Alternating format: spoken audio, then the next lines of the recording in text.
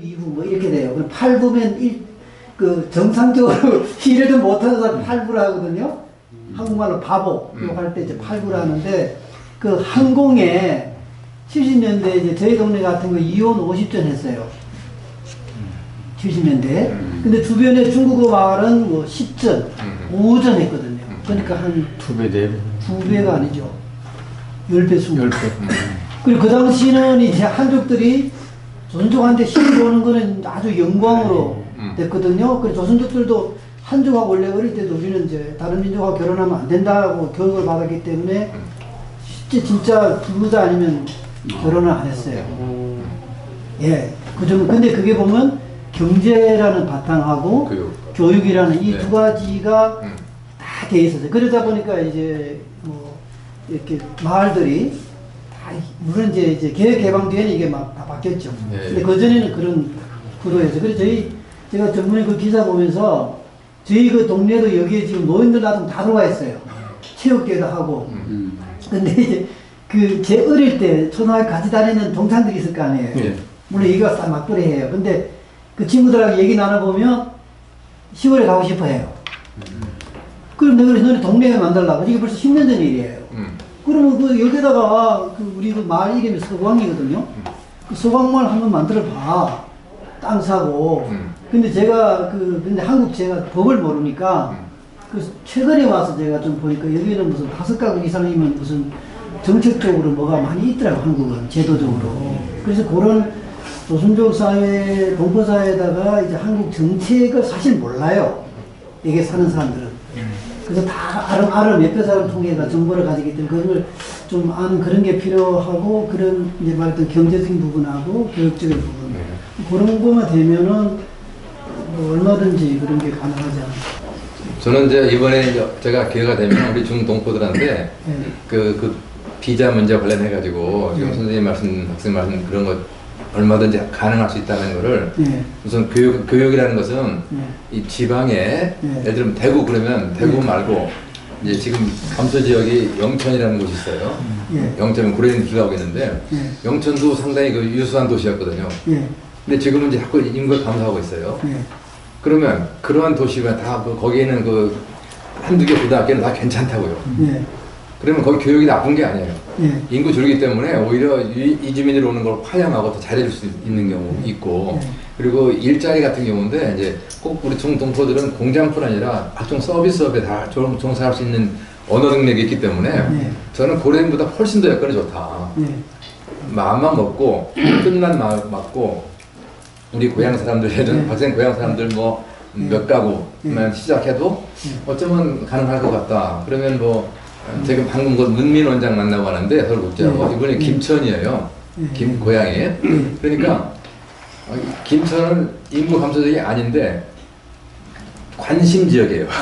감소하는 그 가능성이 있는 그런 등등 해서 저는 이제 우리 이 서울에 수도권에 사는 우리 중동포들이 일부가 다시 연변 돌아간다고 했는데 그건 돌아갈 수 있는 여건이 있는 사람 돌아가는 것이고 없는 사람 많거든요.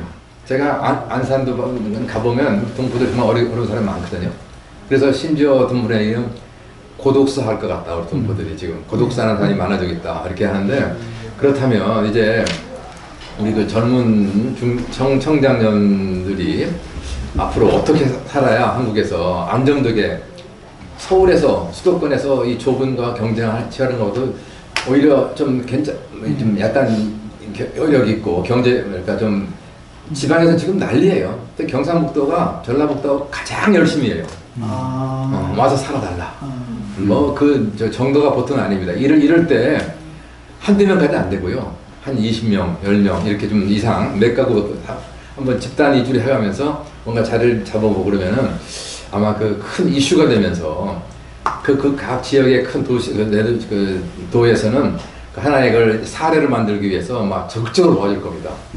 저는 그걸 이번에는 금년 문제 10월부터 겨울부터는 때가 올 거라고 좀 보고 싶습니다. 제가 예천에 여러 번 갔었는데 이제 고향이라 그러니까 시골인데 시골 생활하는 사람들이 있어요. 한국에. 그 애들 이제 그 학교 안 보내고 이렇게 뭐라 해요? 홈스쿨 하는 분들 보니까 그 시골에도 그 도서관에 가면은 다 가능하더라고요, 한국은. 거기 책이 없으면 서울에서 이렇게 네. 책을 그쪽으로 네. 해서, 네. 야, 이래 좋은데, 저는 이제 그런 건 중국에서 못 봤으니까, 뭐, 충분히 어떤 뭐, 이제 문화적인 그런 부분이나, 예. 그분은 굉장히 훌륭한 분이에요, 제가 볼 때는. 용기도 있고. 쉽지는 않겠지만, 그게 이름이, 예. 그러니까 과거에 조선족 사례에 그 이주했던 때 그런 사례가 있으니까 한국에서도 지금 우리 교수님 말씀하시는 것처럼 마을을 좀 만들어가면 참 좋을 것 같아요. 그러니까 뭐 학교만 많았을 때는 우리 학교 연구를 하시지만은 제가 1000개 넘는 거로 알고 있어요. 1500개 뭐 했다는데. 우리 제 아버지 자체가 이제 고등학교 교장으로 평생 하신 분이에요. 예, 근데 이제 우리 보면은 어디서 하는 학교. 그리고 이제 마을에 있는 학교. 그렇죠. 그리고 이제 저희 동네 같은 경우도 그 학교가 그 대학 입시 회복하고 나서 여기 말하는 수능이죠. 배가 한 20-30명 대학을 갔어요. 완전히 저희는 시골 마을이라도 집에 서재가 있어요. 그 시골인데 마을에 이제 공부하는 방이 있다. 애들은 그 문화가 형성돼가 그래서 교육을 굉장히 이제 중시하다 보니까 이제 중국에서는 조선족이 이제 평균 이상이거든요, 사실.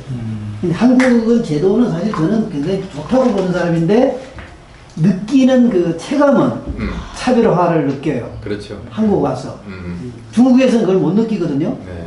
중국에서는. 근데 여기 오면 느껴요. 그러니까 그 어떤 이제 그 뭐랄까 상실감이 좀 크죠. 상대적. 왜냐면 이게 그래도 우리 고국이라고 왔는데 오히려 느끼는 체감 온도는 굉장히 이렇게 큰 거예요. 근데 실제 제가 그 뜯어보면, 제가 아직 잘 모르는 게 맞지만, 제가 아는 정도로 보면, 여기서 나름대로 그 정책적으로 배려하고 해주려고 하는 노력들이 굉장히 많이 진행이 되고 있더라, 한국이. 특히 이제 작년부터 아주 굉장히 강하죠. 근데 그걸 이제 여기 사는 동포들은 체감으로 못 느끼는 거예요. 그러겠죠. 그거를, 예. 여기 이슈가 안 되니까. 아, 제가 여러 번 얘기했지만, 우리 중동포사에서는 그게 이슈가 안 돼요. 지역 특강 비자 사업을 잘 많이 모르지도 알지도 않고 모르고 이게 또 뭐예요? 관심도 없는 거예요. 예. 제가 제자거든요. 물었어요 작년에. 누가 가요 지방에? 왜? 아니 교육이 지금 교육들이 누가 가냐고 딱 그러는 거야. 이 한마디로 그러더라고요. 그래. 그러면 지방의 대도시에 인근의 그 명문 고등학교가 과연 떨어질까? 예. 그 아직 제가 경험 안 해봤지만 꼭 그렇지 않을 거다. 지금 이제는 세상이 달라졌고 사람이 귀한 걸 알게 되는 우리 한국 사회에서 특히나 또 지역에서는 달라질 텐데 그렇다고 이거 뭐 제가 뭐 그런 당사자가 아닌데 뭐 어떻게 할 수도 없는 거지만 어쨌든 좀 뭔가 그 탐색 예를 들어 뭐랄까 시범적으로 한번 그 견학 그 지역과 연계해가지고 지역에서 초청도 하고 이런 말하자면 투어 같은 거죠. 네, 어저께 이런 일이 벌어졌어요. 안산에서 안산대학이라는 전문대학입니다. 거기에서 우리 고려인 학생들을 유치하려고 완전히 러시아식으로 가르치는 이 고려인 학원이 있어요. 러시아 학원이 있어요. 거기 아이들을 데려와가지고 입학 설명회를 한 거예요. 와라. 자금도 주고 이런 일자리에 갈 수 있다. 이렇게. 앞으로 지금 이제 한국의 대학들, 뭐 전문대학, 대학 마찬가지인데, 다들 지금 대학의 그 사활이 학생이 어떻게 두느냐가 문제거든요. 이런 것도 서울보다는 지방이 훨씬 더 심각하니까 그거 잘 골라가고 그걸 맞추고 일자리와 또 농촌도 여러 가지 걸 감안할 때 오히려 지역의 중소도시, 지방의 대도시 인근의 중소도시가 삶의 질 나쁘지 않다. 대도시에 여러 문화시설도 있고 의료시설도 괜찮고 등등 봤을 때 아마 좀 그 고려할 때가 올 거라고 좀 보여주고 있습니다. 잠깐 우리 그 대표님 오랜만에 이렇게 크게 치러니까 참 좋네요. 저는 제가 2022년 3월 13일 그 이동열 씨가 하는 동북아신문의 칼럼에 윤석열 정부는 제2동포청의 설립과 뭐 이렇게 쭉 써서 보람도 그 내용에 대해서 보람이 있고 또 한 가지는 이제 제가 여기 오면서 칼럼을 하나 쓰는 게 미국에 대해서 좀 뭐 쓰는 게 이제 보내려고 텍사스 오스틴이라는 데가 있거든. 우리 텍사스 뭐 옛날 어른들이 뭐 카우보이 해가지고 소떼 몰고 다니는 놈들의 이게 사실은 직업으로 그런 도시 오스틴 그때 당연히 조그만했지. 이 도시가 지금 뭐 수많은 사람들이 뭐 삼성전자도 뭐 몇 조 원을 투자하고 뭐 이러는데 아까 대표님 말씀이 이제 딱 오는 게 경제와 학교 교육이 되면 사람이 몰려오게 돼 있어요.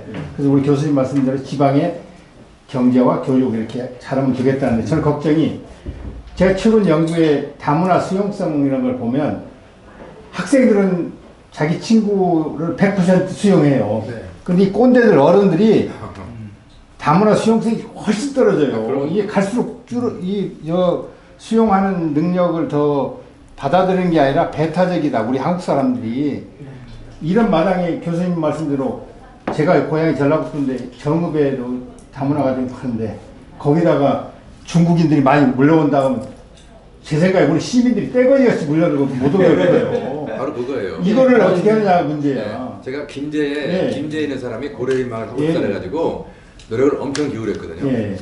그 동시에 뭐라고 그랬냐면 전라북도 사람들이 연변에다가 연변 마을을 만들었다.